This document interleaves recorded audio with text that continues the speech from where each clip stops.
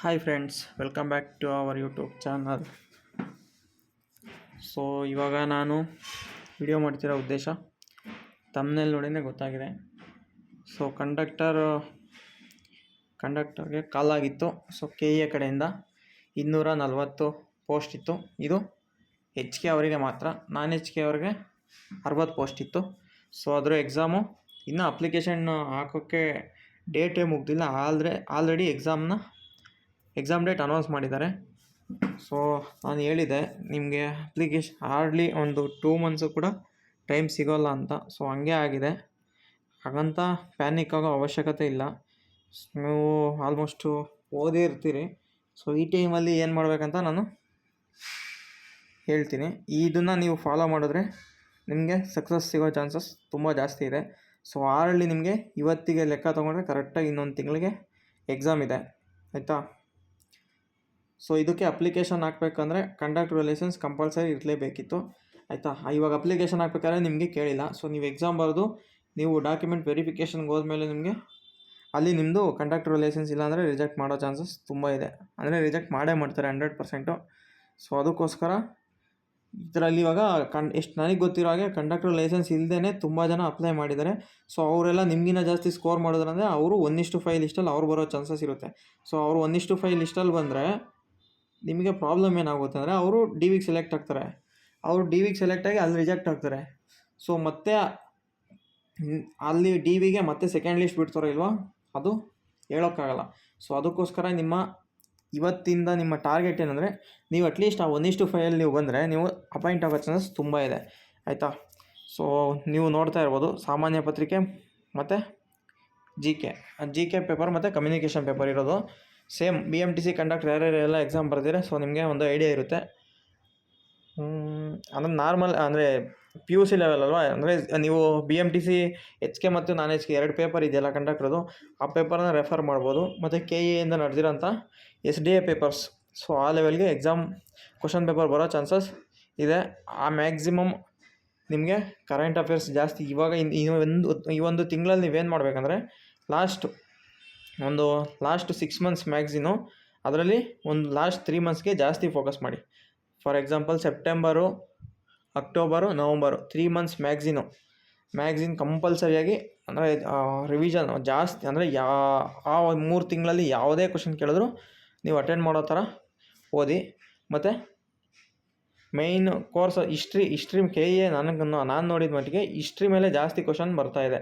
So history ಒಂದು 15 ಮತ್ತು mental ability ಒಂದು 15, ಅಲ್ಲೊಂದು 30 ಆಯಿತಾ ನಿಮಗೆ. ಮತ್ತು ಕಾನ್ಸ್ಟಿಟ್ಯೂಷನ್ ಮೇಲೆ ಒಂದು 10, ಮತ್ತು ಮಿಕ್ಕಿದು ಕರೆಂಟ್ ಅಫೇರ್ಸು.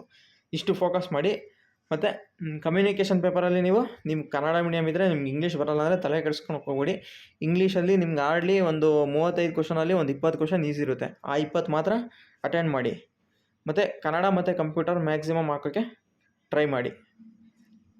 ಇವಾಗ ನೀವು ಕಮ್ಯುನಿಕೇಷನ್ಗೆ ಏನು ಮಾಡ್ತೀರಾ ಅಂದರೆ KA ನಡೆಸಿರೋದು ಮತ್ತು KPSC ನಡೆಸಿರೋದು old question paper.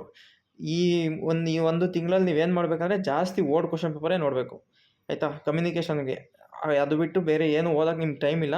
So ನಿಮಗೆ ಹಾರ್ಡ್ಲಿ ಒಂದು KA ನಡೆಸಿರೋ ಅಂಥ ಒಂದು 5-6 ಪೇಪರ್ ಸಿಗುತ್ತೆ. ಮತ್ತು KPSC ಇದೊಂದು ಲಾಸ್ಟ್ ಒಂದು 2022-23 ಅಂದರೆ ನಿಮಗೊಂದು ಹಾರ್ಡ್ಲಿ ಒಂದು 20 ಕ್ವಶನ್ ಪೇಪರ್ ಸಿಗುತ್ತೆ. ಆ 20 ಕ್ವಶನ್ ಪೇಪರ್ನು ಬಿಡಿಸಿ, ಅದರಲ್ಲಿ ರಿಪೀಟ್ ಆಗಿರೋ ಕ್ವಶನ್ ಒಂದು ಮಿಸ್ ಆಗಬಾರ್ದು, ಆ ಥರ ಬಿಡಿಸಿ. ಮತ್ತು GK ನಾನು ಹೇಳೋದ್ನಲ್ಲ ಇಷ್ಟು ಓದಿ. ಮತ್ತು ನೆಗೆಟಿವ್ ನಿಮಗೆ ಗೊತ್ತಿರೋ ಮಾತ್ರ ಹಾಕ್ಬನ್ನಿ.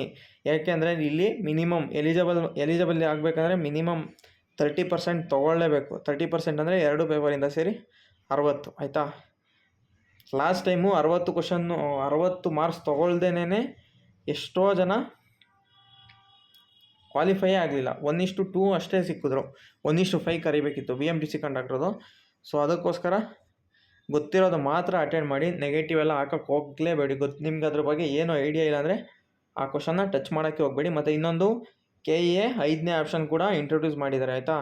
ಅದನ್ನು ಯಾವುದೇ ಕಾರಣ ಇದೇ ಫಸ್ಟ್ ಎಕ್ಸಾಮ್ ಬರೀತಾ ಇರೋರು 5ನೇ ಆಪ್ಷನ್ನು ಅಂದರೆ ನಿಮ್ಗೆ ಗೊತ್ತಿಲ್ಲ ಅಂದರೆ 5ನೇ ಆಪ್ಷನ್ನು ಕಂಪಲ್ಸರಿಯಾಗಿ ಟಿಕ್ ಮಾಡೇ ಬರಬೇಕು. ಇನ್ ಕೇಸ್ ನೀವೇನಾದ್ರು 5ನೇ ಆಪ್ಷನ್ ಟಿಕ್ ಮಾಡಿಲ್ಲ ಅಂದರೆ ಅದನ್ನು ನೆಗೆಟಿವ್ ಆಗಿ ಕನ್ಸಿಡರ್ ಮಾಡ್ತಾರೆ. ಇದನ್ನ ಫೋಕಸ್ ಮಾಡಿ. ಯಾಕೆಂದರೆ ಫಸ್ಟ್ ಟೈಮ್ ಎಕ್ಸಾಮ್ ಬರೀತಾ ಇರೋದ್ರಿಂದ ಇದು ಮಿಸ್ ಆಗೋ ಚಾನ್ಸಸ್ ಇದೆ. ಆಯಿತಾ. 5 ಆಪ್ಷನ್ ಕೊಟ್ಟಾಗ ನಾವು 4 ತಿದ್ದಕ್ಕೆ ಹೋಗ್ಬಿಟ್ಟು ಸಡನ್ನಾಗಿ 5ಕ್ಕೆ ಹೋಗುತ್ತೆ. ಅದೊಂದು ಗೊತ್ತಿರೋದು ನಾವು ನಿಮ್ಗೆ ಗೊತ್ತಿಲ್ಲದೆ ಇರೋದು ತಪ್ಪು ಮಾಡಿದ್ರು ಗೊತ್ತಿರೋ ಒಂದು ಕ್ವಶನ್ ಕೂಡ ತಪ್ಪು ಮಾಡೋಕ್ಕೆ ಹೋಗ್ಬೇಡಿ. ಯಾಕೆಂದರೆ ಒಂದು ಕ್ವಶನ್ 0.25ಇಂದ ಜಾಬ್ ಕಳ್ಕೊಂಡು ಸಫರ್ ಆಗ್ತಿರೋರು ನಾನು ನೋಡ್ತಾ ಇದ್ದೀನಿ. ನಾನು ಕೂಡ ಜಸ್ಟ್ 0.25 ಮಾರ್ಕ್ಸಿಂದ ಒಳ್ಳೊಳ್ಳೆ ಜಾಬ್ನೇ ಕಳ್ಕೊಂಡಿದ್ದೀನಿ. ಸೊ ಅದಕ್ಕೋಸ್ಕರ 0.25 ಕೂಡ ತುಂಬ ವ್ಯಾಲ್ಯೂ ಇದೆ. ಅದು ಆ ವ್ಯಾಲ್ಯೂ ನೀವು ಕಳ್ಕೊಳ್ತಿರಲ್ಲ, ಆವಾಗ ನಿಮಗೆ ಆದರೂ 0.25 ವ್ಯಾಲ್ಯೂ ಗೊತ್ತಾಗುತ್ತೆ. ತಪ್ಪನ್ನ ನಾವೇ ಮಾಡಬೇಕು ಅಂತ ಏನಿಲ್ಲ, ಬೇರೆಯವ್ರು ಮಾಡಿರೋ ತಪ್ಪನ್ನ ನಾವು ಆ ತಪ್ಪು ಮಾಡ್ದೇ ತಿದ್ಕೊಂಡ್ರೆ ನಮ್ಮ ಸಕ್ಸಸ್ ರೇಟು ಜಾಸ್ತಿ ಆಗುತ್ತೆ. ಅದರಿಂದ ನಮ್ಮ 1 ವರ್ಷ 2 ವರ್ಷ ನೆಕ್ಸ್ಟು ಸಫರ್ ಆಗೋದು ಉಳಿಯುತ್ತೆ. ಸೊ ಇದ್ರ ಕಡೆ ಫೋಕಸ್ ಮಾಡಿ.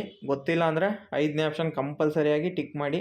ನಿಮಗೆ ಇವಾಗ ಫಾರ್ ಎಕ್ಸಾಂಪಲ್ 60 ಕ್ವಶನ್ ಗೊತ್ತು ಅಂದ್ಕೊಳ್ಳಿ, 60 ಕ್ವಶನ್ ಅಟೆಂಡ್ ಮಾಡಿರ್ತೀರ, ಇನ್ನು 40 ಗೊತ್ತಿಲ್ಲ ಅಂತ ಖಾಲಿ ಬಿಟ್ಟು ಬರೋಂಗಿಲ್ಲ. ಆ 40ನ ನೀವು 5ನೇ ಆಪ್ಷನ್ನ ಟಿಕ್ ಮಾಡಿ ಬನ್ನಿ. ಕಂಪಲ್ಸರಿಯಾಗಿ ಟಿಕ್ ಮಾಡಲೇಬೇಕು. ಇನ್ ಕೇಸ್ ನೀವು ಟಿಕ್ ಮಾಡಿಲ್ಲ ಅಂದರೆ ಆ 40 ಕ್ವಶನ್ಗೂ ನೆಗೆಟಿವ್ ಆಗುತ್ತೆ. 40 ಕ್ವಶನ್ಗೆ ನಿಮಗೆ 10 ಮಾರ್ಕ್ಸ್ ನೆಗೆಟಿವ್ ಆಗುತ್ತೆ. ಇದ್ರ ಮೇಲೆ ಫೋಕಸ್ ಇರಲಿ. ಸೊ ಫಸ್ಟ್ ಟೈಮ್ ಎಕ್ಸಾಮ್ ಬರೀತಾರೋದ್ರಿಂದ ಖಂಡಿತವಾಗ್ಲೂ OMR ತಿದ್ಬೇಕಾದ್ರೆ ಮಿಸ್ಟೇಕ್ ಆಗೇ ಆಗುತ್ತೆ, ನೀವೆಷ್ಟೇ ಜವಾಬ್ದಾರಿಯಿಂದ ಇದ್ದರು. ಸೊ ಅದ್ರ ಕಡೆ ಫೋಕಸ್ ಮಾಡಿ. ಆ ಮಿಸ್ಟೇಕ್ನ ಆದಷ್ಟು 0ಗೆ ತೊಗೊಬರೋಕ್ಕೆ ಟ್ರೈ ಮಾಡಿ. ಸೊ ಇದಾಗಿತ್ತು ಫ್ರೆಂಡ್ಸ್ ಇವತ್ತಿನ ವಿಡಿಯೋ. ಸೊ ಇಷ್ಟ ಆಯಿತು ಅಂದರೆ ಲೈಕ್ ಮಾಡಿ. ಯಾರ್ಯಾರೆಲ್ಲ ನಿಮ್ಮ ಫ್ರೆಂಡ್ಸ್ ಎಕ್ಸಾಮ್ ಬರೀತಾ ಇದ್ದಾರೆ ಅವ್ರಿಗೆ ಈ ವಿಡಿಯೋ ಶೇರ್ ಮಾಡಿ. ಆದಷ್ಟು ನೆಗೆಟಿವ್ ಕಮ್ಮಿ ಮಾಡಿ, ಕರೆಂಟ್ ಅಫೇರ್ಸ್ ಮೇಲೆ ಜಾಸ್ತಿ ಫೋಕಸ್ ಮಾಡಿ. ಮತ್ತು ವರ್ಡ್ ಕ್ವಶನ್ ಪೇಪರು ಇವಾಗ ಈ 1 ತಿಂಗಳಲ್ಲಿ ನೀವು ಆದಷ್ಟು word question paper KE KPSC ನಡೆಸಿರುವಂಥ ಕಮ್ಯುನಿಕೇಷನ್ ಪೇಪರ್ನ ಸಾಲ್ವ್ ಮಾಡಿ, ನೆಗೆಟಿವ್ನ ಕಮ್ಮಿ ಮಾಡಿ. ಗೊತ್ತಿರೋ ಮಾತ್ರ ಹಾಕಿ ಬನ್ನಿ. Be confident. ಎಕ್ಸಾಮ್ ಪೋಸ್ಟ್ಪೋನ್ ಆಗುತ್ತೆ, ಇನ್ನೊಂದು ತಿಂಗಳಲ್ಲಿ ಎಕ್ಸಾಮ್ ಮಾಡ್ತಾರಾ ಇಲ್ವಾ ಅದ್ರ ಬಗ್ಗೆ ತಲೆ ಕೆಡಿಸ್ಕೊಬೇಕು ಹೋಗಬೇಡಿ. 100% KE ಅವರು ಮಾಡೇ ಮಾಡ್ತಾರೆ, ಆಯಿತಾ. ಸೊ ಇದಾಗಿತ್ತು ಇವತ್ತಿನ ವಿಡಿಯೋ ಇಷ್ಟ ಆಗಿದ್ದರೆ ಲೈಕ್ ಮಾಡಿ. ಇದೇ ರೀತಿ ನಮ್ಮ ಚಾನಲ್ನ ಇನ್ನು ಯಾರ್ಯಾರೆಲ್ಲ ಸಬ್ಸ್ಕ್ರೈಬ್ ಮಾಡ್ಕೊಂಡಿಲ್ಲ ಸಬ್ಸ್ಕ್ರೈಬ್ ಮಾಡ್ಕೊಳ್ಳಿ, ಇದೇ ಥರ ಇನ್ಫಾರ್ಮೇಟಿವ್ ವೀಡಿಯೋಸ್ಗೋಸ್ಕರ ಅಂತ ಹೇಳ್ತಾ ವಿಡಿಯೋನ ಮುಗಿಸ್ತಾ ಇದ್ದೀನಿ. Thank you for watching.